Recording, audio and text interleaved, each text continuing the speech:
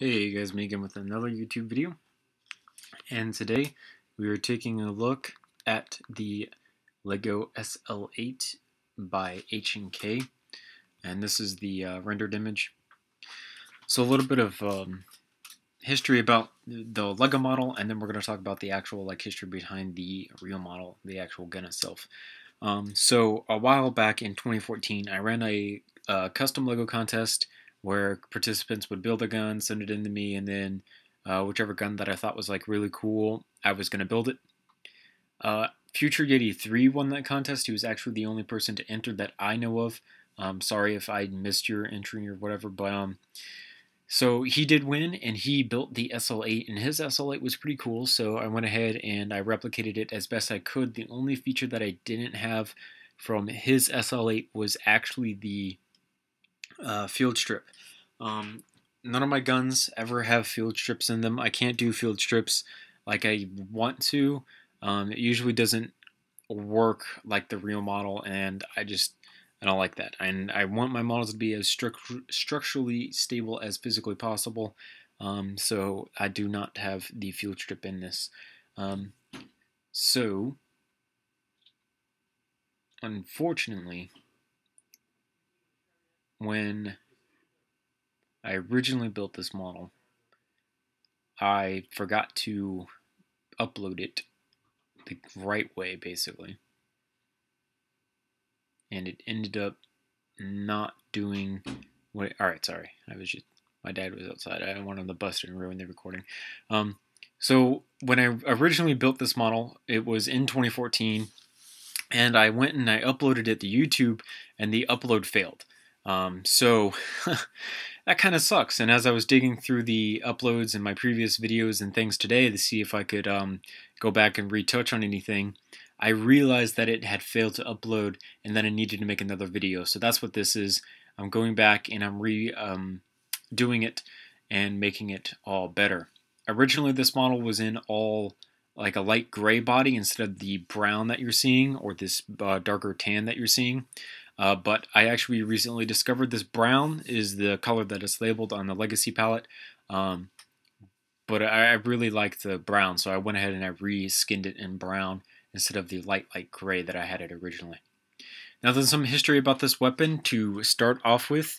The only reason this weapon is actually built is because America does not import G36s for the civilian market. For some reason, there's laws out there that just prevent that from happening, which means H&K was losing out on a large portion of their market here in the United States. And they knew that a lot of people enjoyed H&K weapons. So they went ahead and they built a civilian legal version of the G36 for the American market, so they would not be losing out on as much money as they were. This has a 16-inch barrel. It has a thumb hole stock instead of the standard pistol grip and folding stock that normal G36s have. It has the extended rail up top for some reason. And then it has, like I said before, the longer barrel. It takes standard G36 mags, even smaller ones.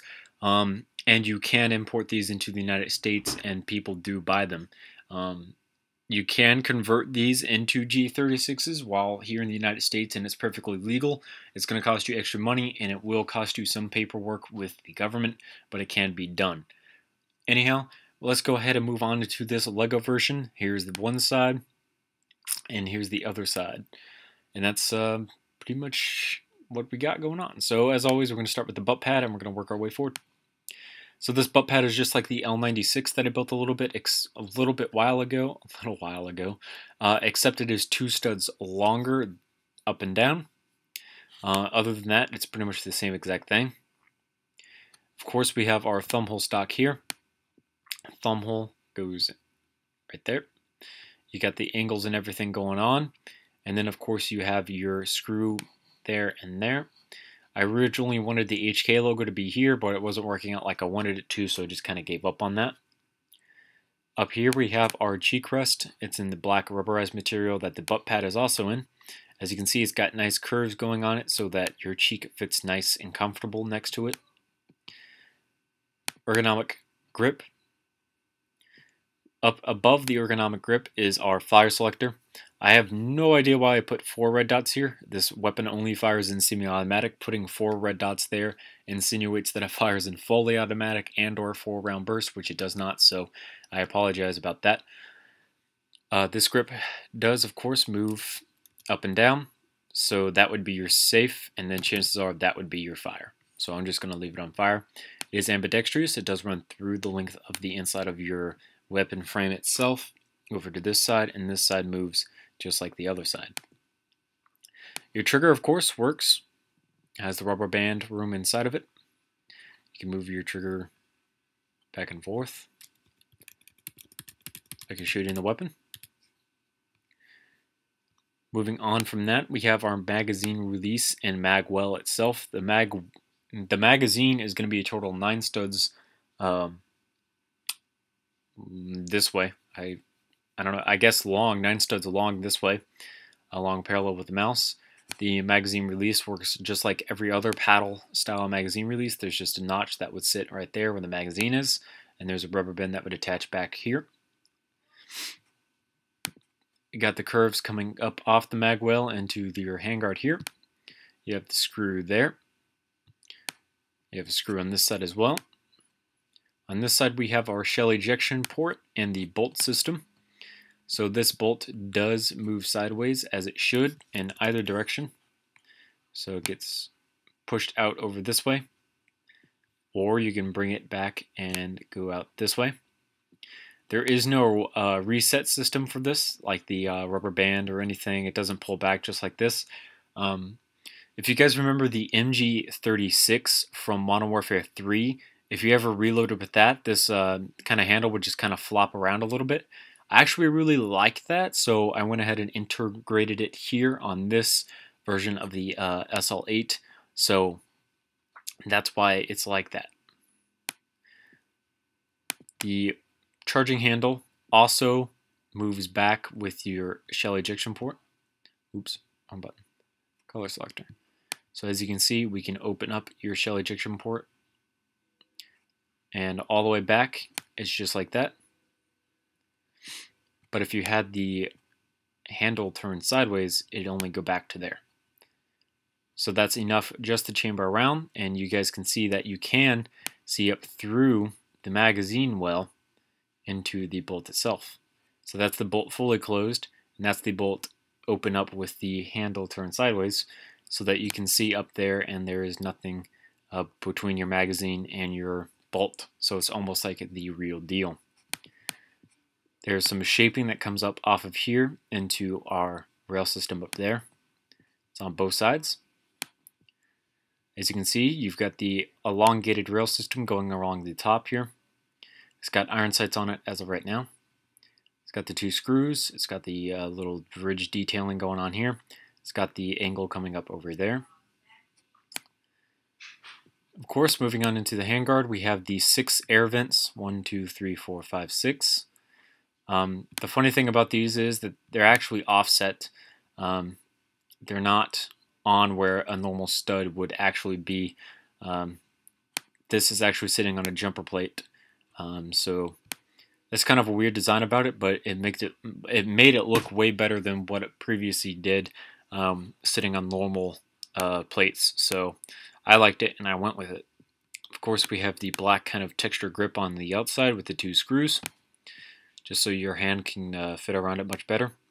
There would be a bottom rail system down here, other than this is the SL8, and there's no point for it down here if it's going to be a hunting rifle, so they didn't incorporate one. You have these slopes here, of course, so if you need, it's just basically just comfortable on your hand more. And then at the very end here, we have our barrel, and that's the end of our 16-inch barrel on the inside of this thing. Elsewise, it's like an 18, maybe a 20, I don't know, I can't remember.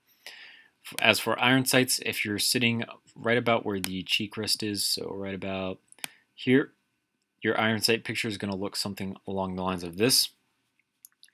And basically this is just to discourage import into the United States, but it's pretty easy to change up those iron sights and get them all done up like they need to.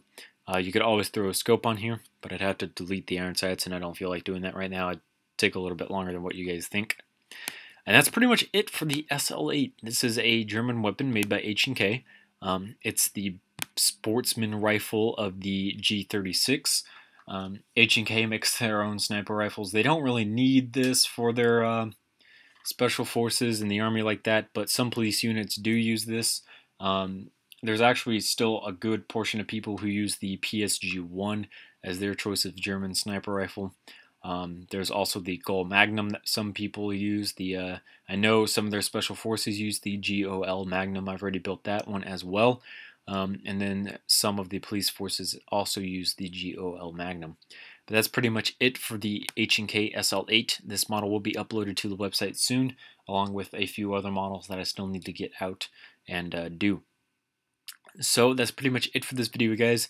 Thanks so much for watching, and again, congratulations to FutureYeti3. He did win that contest, and he did deserve this rifle to be built, so go hit him up. He's a pretty good Lego builder. He's got some really awesome ideas going on, and I'm really glad to be friends with him.